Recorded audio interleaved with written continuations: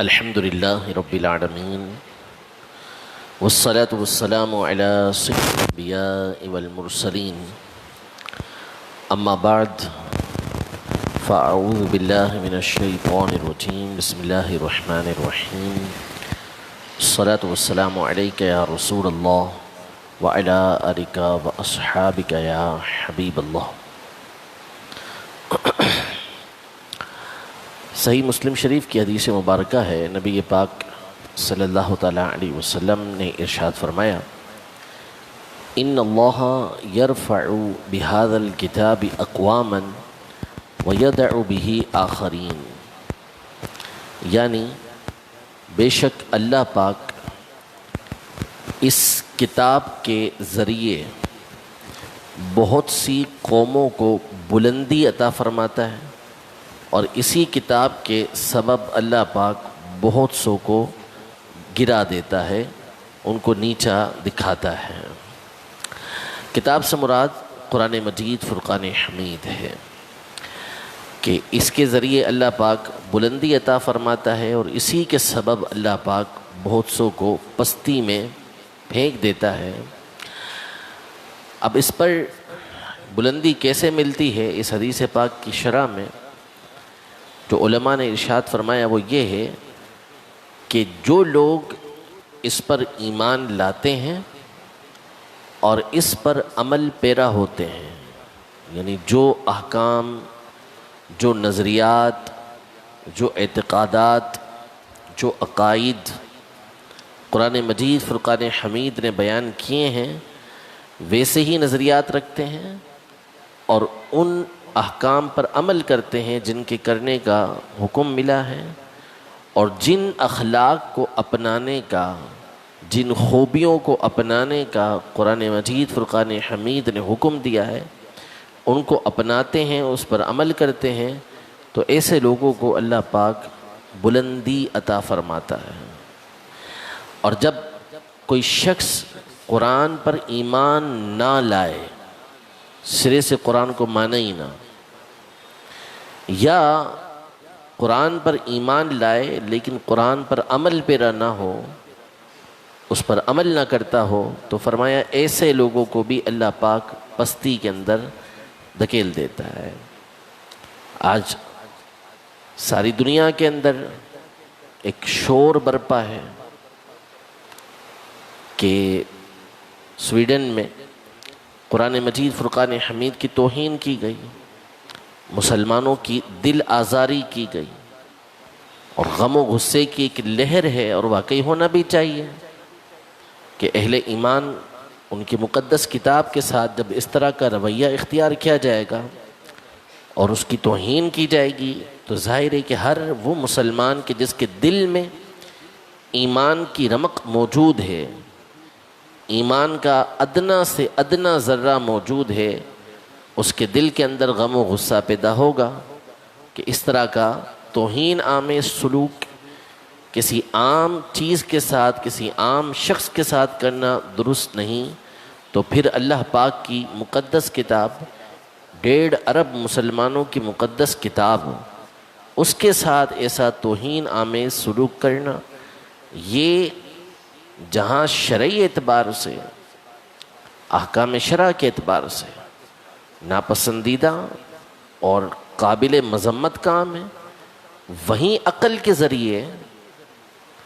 بندہ جب عقل کے ذریعے فیصلہ کرتا ہے تو پھر اس بات کا لازمی فیصلہ کرے گا کہ یہ وہ کام ہے کہ جو کوئی عقل والا نہیں کر سکتا، سمجھ بوجھ والا نہیں کر سکتا۔ اس لیے کہ قرآن مجید فرقان حمید، اگر آپ کو اس سے اختلاف تھا تو ہونا تو یہ چاہیے تھا کہ آپ اس پر ڈیبیٹ کرتے، آپ کسی بات کے اوپر کسی مسئلے سے اختلاف رکھتے تھے تو آپ بات کرتے، آپ کو علماء اسلام مطمئن کرتے، لیکن آپ نے بات نہیں کی، آپ نے گفتگو نہیں کی، تو اس کا واضح مطلب یہ ہوا کہ آپ ہار گئے،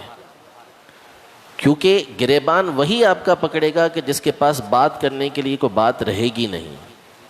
چیخے گا چلائے گا وہی کہ جس کے پاس دلیل باقی نہیں ہوگی۔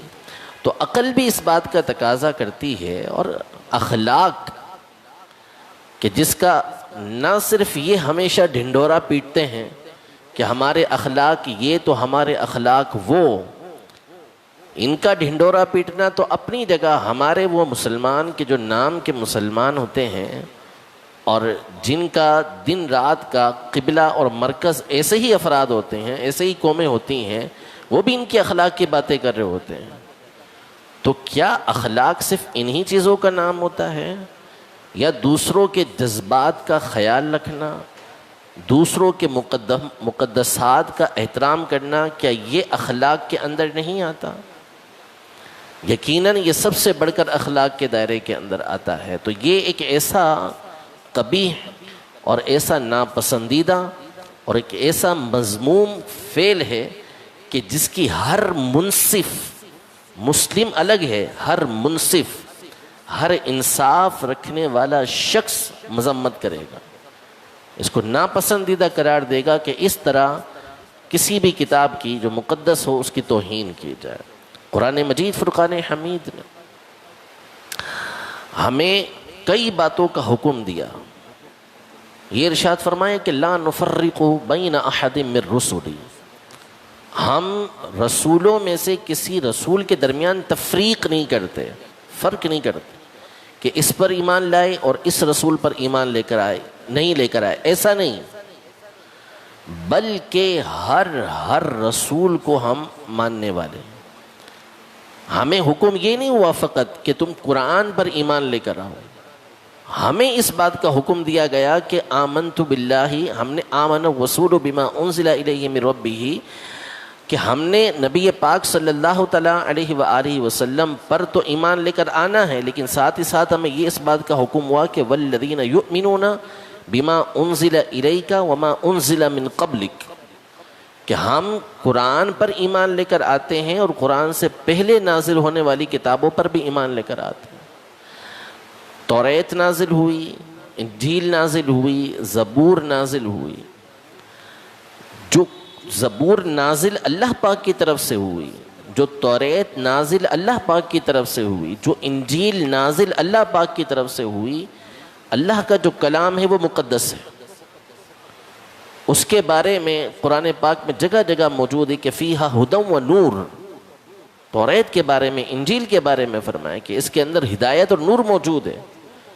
کون سی انجیل، کون سی توریت؟ جو اللہ پاک نے نازل کی۔ ہاں، اس کے بعد جب ان لوگوں نے اس کتاب کے اندر خود تبدیلی کر دی تو تبدیلی مقدس نہیں ہے، جو اللہ نے نازل کیا وہ مقدس تھا، وہ احترام والا تھا، جو اللہ کی بات کے اندر تبدیلی کی گئی وہ مقدس نہیں ہے۔ تو یوں قرآن مجید فرقان حمید نے ان کتابوں کی تعظیم کا ہمیں حکم دیا۔ اگر اب بھی انجیل ہمارے سامنے ہو جس کے اندر بگڑی ہوئی باتیں موجود ہیں تو بھی کسی مسلمان کو اس بات کا تھوڑی اختیار ہوگا کہ وہ اس کو جلائے گا۔ ہم یہ کہیں گے کہ اس کو جا کے ٹھنڈا کروا دو، تمہیں پڑھنے کی اسے اجازت نہیں ہے کہ اس کے اندر اس طرح کی باتیں لکھی ہوئی ہیں، لیکن ہوگی کیا؟ وہی تعظیم ہوگی۔ تو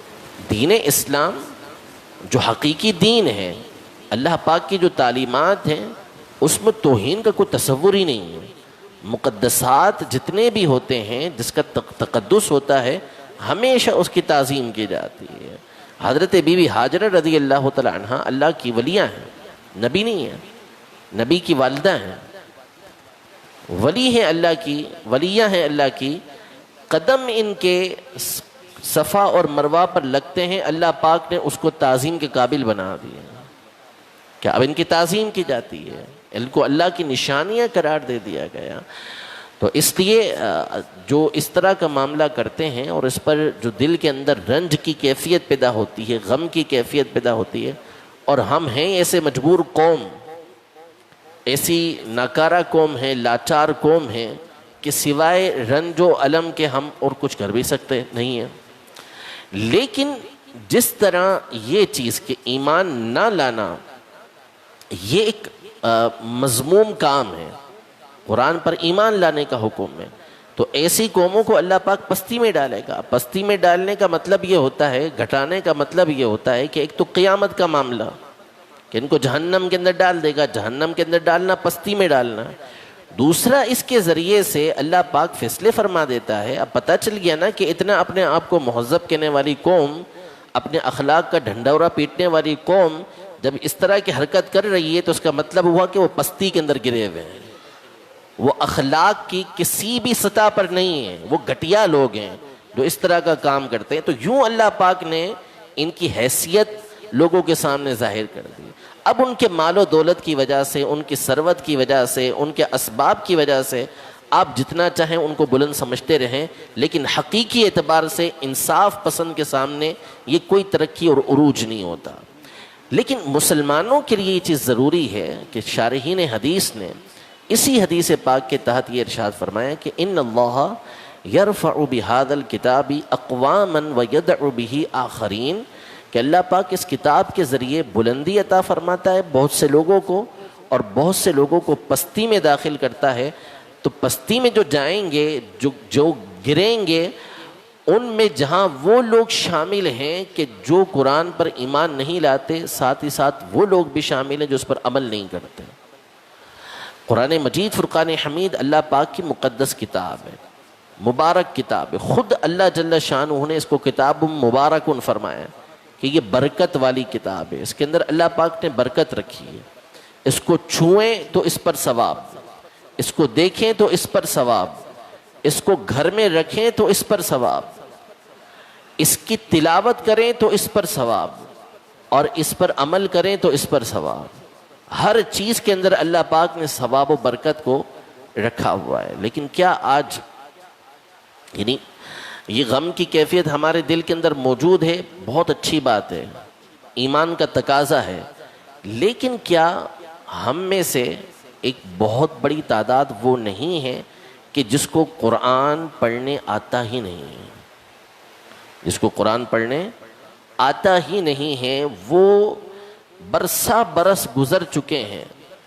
قرآن ان کو پڑھنا نہیں آتا۔ کون سی قوم کہ جو خود کہے گی کہ مجھے قرآن پڑھنا نہیں آتا؟ قرآن کی محفل ہو رہی ہے،